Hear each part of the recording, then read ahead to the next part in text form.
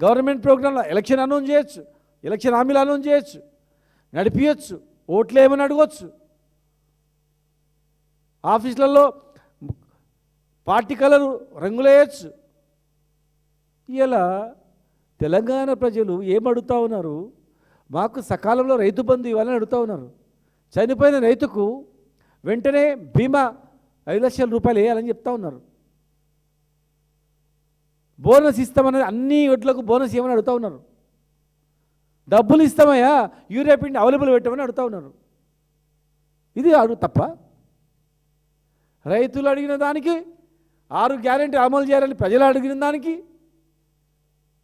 ఏ గ్రామంలో అయినా అవ్వ అడుగుతుంది ఏమైనా 4,000 పెన్షన్ అని, మహిళ అడుగుతుంది ఏమైంది నా 2,500 పెన్షన్ అని, బీసీలు అడుగుతారు ఏమైంది మా 42% రిజర్వేషన్ అని, విద్యార్థులు అడుగుతారు ఫీజు రియంబర్స్మెంట్ ఏమైందని.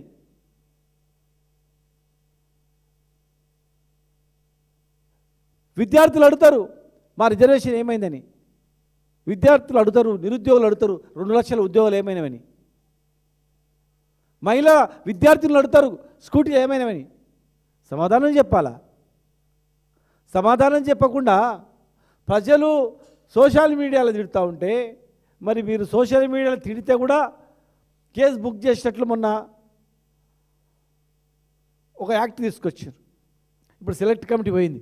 అంటే మాట్లాడితేనే కేసులు పెట్టేటట్లు చట్టాన్ని తీసుకొస్తున్నామన్న వాళ్ళు మరి దాడులు చేసి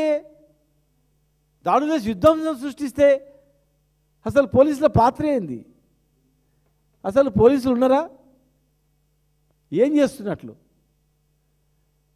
క్రైమ్ రేట్ పెరిగిపోతూ ఉంది. ఎవడు పెట్టుబడులు పెట్టాలంటే చూస్తే ఈ రాష్ట్రంలో ఏం క్రైమ్ రేట్ అని చూస్తాడు. క్రైమ్ రేట్ పెరుగుతూ ఉంది. మహిళలపై అత్యాచారాలు జరుగుతూ ఉన్నాయి. పట్టపగలు ఏటీఎంల నుంచి దోసుకుపోతున్నారు, కిడ్నాప్లు చేస్తున్నారు, గుండాయిజం చేస్తున్నారు, భయపెట్టిస్తున్నారు. మరి పోలీసు అదేది రెడ్ బుక్ అన్నారు కదా, కాకి బుక్ ఎక్కడ పోయింది? మరి కాకి బుక్లు ఎక్కువ ఎక్కడ పోయినాయి? ఎవరైతే అతి ఉత్సాహంగా ఈ విధ్వంసానికి పాల్పడతారో ఖచ్చితంగా ఇది మీ ప్రభుత్వ విధానం, మీ పార్టీ విధానంగా మేము భావిస్తాం. గుర్తుపెట్టుకోండి.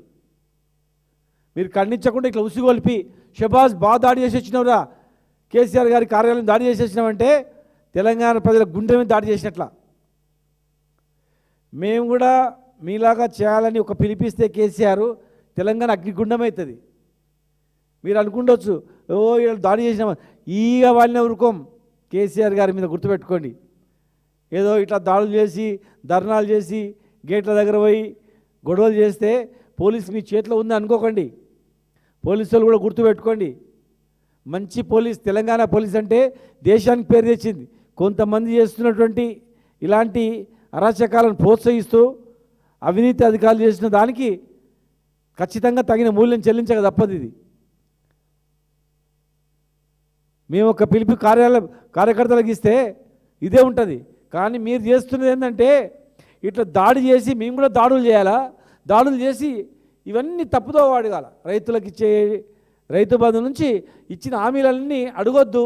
ఈ కొట్లాటలు జరగాలని మీరు అనుకుంటున్నారేమో. కానీ కేసీఆర్ గారు గాంధేయ మార్గంలో తెలంగాణ తెచ్చిండు. ఇక గాంధేయ మార్గంలో ఉంటారు అనుకుంటవచ్చు, తప్పది. సహనం ఓపిక నశించిందంటే ఖచ్చితంగా 6 గ్యారెంటీలు ఇచ్చేంత వరకు గ్రామాల్లో తిరగొద్దని పిలిపిస్తే ఏమైపోతుందో ఆలోచన చేసుకోండి. ఒక్కనాడన్నా ఈ ప్రభుత్వాన్ని కేసీఆర్ గారు మాట్లాడిండా? ఏమైంది? రైతుల గోస చూసి ఈ ప్రభుత్వాన్ని తిట్టిండా? చెప్పండి. మౌనంగా పరిశీలిస్తున్నాడు. పరిశీలించి ప్రజలు మోసపోయినరు, మళ్ళీ మనం వస్తాం, వచ్చినాక ఎట్లా పూడ్చాలా, ఈ 5 సంవత్సరాలు 15 సంవత్సరాలు నీకిపోయింది కదా, మళ్ళీ ఎట్లా డెవలప్ చేయాలా, రైతులను ఎట్లు బాగు చేయాలని చెప్పి ఆయన ఆలోచన చేస్తున్నాడు. మౌనంగా లేడు. తెలంగాణ ఉద్యమంలో దగ్గర చూసినాం కనుక చాలా నెలలు ఉంటే ఇట్లా విమర్శలు చేసేది. ఒక్కసారి వ్యూహాన్ని రచించి మళ్ళా సంవత్సరం ప్రోగ్రాం తీసుకొని బయటకు వచ్చేవాళ్ళం. ఇలా కేసీఆర్ గారి మౌనాన్ని మా కార్యకర్తలలో కామ్గా ఉన్నట్టు దాన్ని మీరేదో చేతకాంతనం అనుకోవద్దు. తెలంగాణ గురించి రైలు వస్తుంటే అడ్డం పరిగెత్తి జై తెలంగాణ అని చెప్పి ఢీకున్నటువంటి తెలంగాణ గురించి ఎంతోమంది విద్యార్థులు, ఎంతోమంది ఉద్యోగులు, ఎంతోమంది కుల సంఘాలు, ఎంతోమంది మేధావులు కష్టపడి తెచ్చుకున్న తెలంగాణ ఇది. కావడి మోసడానికి తెలుస్తుంది బరువు అనేది. ఇలా కేసీఆర్ కార్యాలయం మీద గజ్వేల్ మీద దాడి చేసినాం, గజ్వేల్ మీద ఆఫీస్ మీద దాడి చేసినామని పైశాచిక ఆనందం పడితే మీ అవివేకం అవుతుంది. దాడిని ఖండించకపోతే మీ క్యాబినెట్ మంత్రులు కానీ, ముఖ్యమంత్రి కానీ, మంత్రులు కానీ దాడిని ఖండించకుండా పార్టీ నాయకత్వం కానీ ప్రోత్సహిస్తే మరి భవిష్యత్తులో ఇదే కార్యకర్తలు సేమ్ ఈ విధంగా చేస్తే మరి ఇది తెలంగాణకు మంచిదా? ఎందుకు ఆ తెలంగాణ తెచ్చుకున్నది? ఆంధ్రప్రదేశ్లో ఉన్న సంస్కృతిని తెలంగాణలో కొనసాగించాలని చూస్తూ ఉన్నారు. ఆంధ్రప్రదేశ్లో ఉన్నటువంటి పరిస్థితిని తెలంగాణలో కూడా ఇట్లా చేసుకోండి అని చెప్పి ఏదో డైరెక్షన్ మీద పనిచేస్తున్నట్లు అనిపిస్తూ ఉంది. ఇది పంటలు కోతకు వచ్చినాయి, నీళ్లు సరిగా అందుతట్లేవు. శ్రీశైలంలో పవర్ జనరేట్ చేస్తూ వాటర్ వెళ్ళిపోతుంది. ఇంకా 10 రోజుల్లో కూడా నీళ్ళు రావు. ఆ పరిస్థితి ఉంది అక్కడ. పాలమూరు రంగారెడ్డి జిల్లా కేఎల్ఏ లిఫ్ట్ ఇరిగేషన్ కానీ పాలమూరు రంగారెడ్డి జిల్లా ప్రాజెక్టు కంప్లీట్ చేయాల్సిన అవసరం ఉంది. ప్రజలను కష్టాల్లో ఉన్నట్టు వాళ్ళని తీర్చడానికి ప్రతిపక్ష నాయకులను సహాయం అడగాల్సిన అవసరం ఉంది. కష్టాల్లో ఉన్నప్పుడు ఏం చేద్దామని చెప్పి ప్రతిపక్ష నాయకుని ఇంటికి పోయి అడ్వైస్ తీసుకునేటువంటి పరిస్థితులు తీసుకురావాల్సిన అవసరం ఉంది. కానీ ఏకంగా ప్రతిపక్ష నాయకుని కేసీఆర్ తెలంగాణ తెచ్చిన ఆయన మీద దాడి చేస్తారా? ఇంటి మీద దాడి చేస్తారా? ఒకసారి ఫామ్ హౌస్ కాడ వైదర్ణ చేసారు, ఇప్పుడు ఆఫీస్ మీద దాడి చేసి పడగొట్టిండ్రు. అంటే ప్రజలకు ఏం మెసేజ్ చేయాలనుకున్నారు? మీ కార్యకర్తలకు ఏం మెసేజ్ చేయాలనుకున్నారు? ఇది నేర్పాలనుకున్నారా మీ నాయకులకు?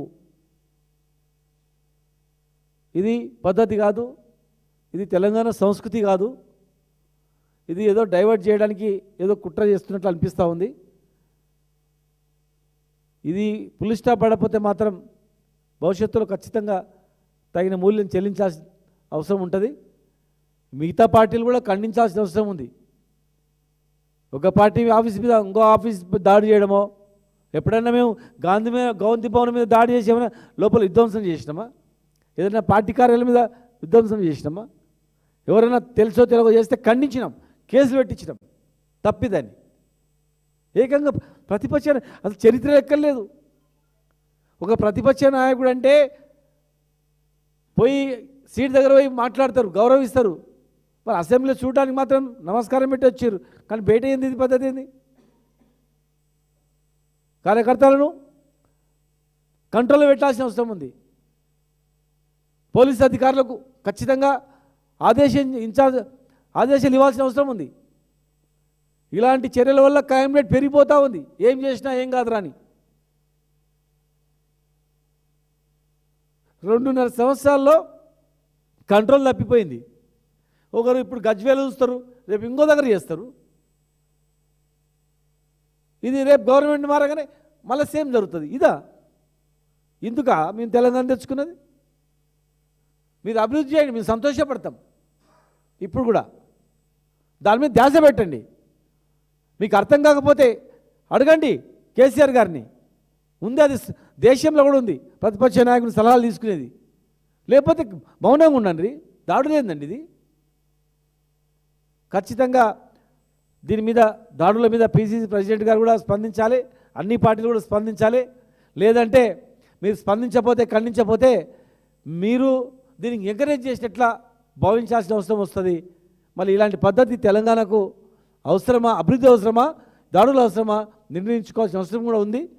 ఖచ్చితంగా ఇది తెలంగాణ సమాజం ఎట్టి పరిస్థితుల్లో సహించదు. ఇది థ్యాంక్ యూ.